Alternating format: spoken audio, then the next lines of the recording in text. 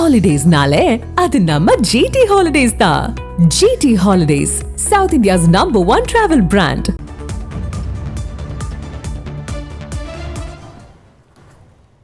இலங்கை அருகே வங்கக்கடலில் உருவாகியிருந்த காற்றழுத்த தாழ்வு பகுதி காற்றழுத்த தாழ்வு மண்டலமாக வலுவடைந்திருக்கிறது. இலங்கைக்கு கிழக்கே சுமார் 170 கிலோமீட்டர் தொலைவில் தாழ்வு மண்டலம் மையம் கொண்டிருக்கிறது. அப்படி என்ற இந்த அறிவிப்பை இந்திய வானிலை ஆய்வு மையம் தெரிவித்திருக்கிறது. விவரங்களை வழங்கினார் செய்தியாளர் தாயுமானவன். வணக்கம் தாயுமானவன். இந்திய வானிலை ஆய்வு மண்டலம் இது தொடர்பான விவரங்களை என்னென்னலாம் சொல்லியிருக்காங்க, பதிவு பண்ணுங்க.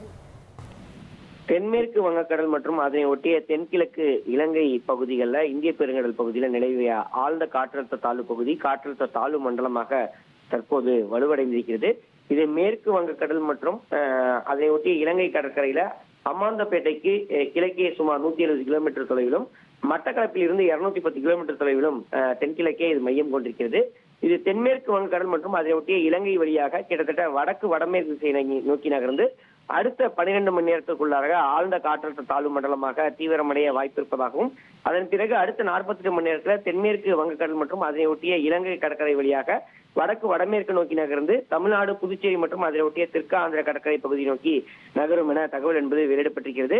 வங்கக்கடலில் தற்போது நிலை கொண்டிருக்கக்கூடிய அந்த காற்றழுத்த தாழ்வு மண்டலம் அடுத்த 12 மணி நேரத்தில் காற்றழுத்த தாழ்வு மண்டலமாக ஆழ்ந்த காற்றழுத்த தாழ்வு மண்டலமாக தீவிரமடைய வாய்ப்பு இருப்பதாக தொடர்ந்து இது புயலாக மாறினால் ஏமன் நாட்டு பரிந்துரைத்த டித்வா என்ற புயல் என்ற பெயர் என்பது இந்த புயலுக்கு வைக்கப்பட இருப்பதாக தகவல் என்பது வெளியிடப்பட்டிருக்கிறது. தமிழகத்தை பொறுத்தமட்டில் அடுத்த சில தினங்களுக்கு பல்வேறு மாவட்டங்களுக்கு கனமழை எச்சரிக்கை விடுக்கப்பட்டிருக்கிறது. நன்றி தாயுமானவன், உங்களுடைய தகவல்களுக்கு.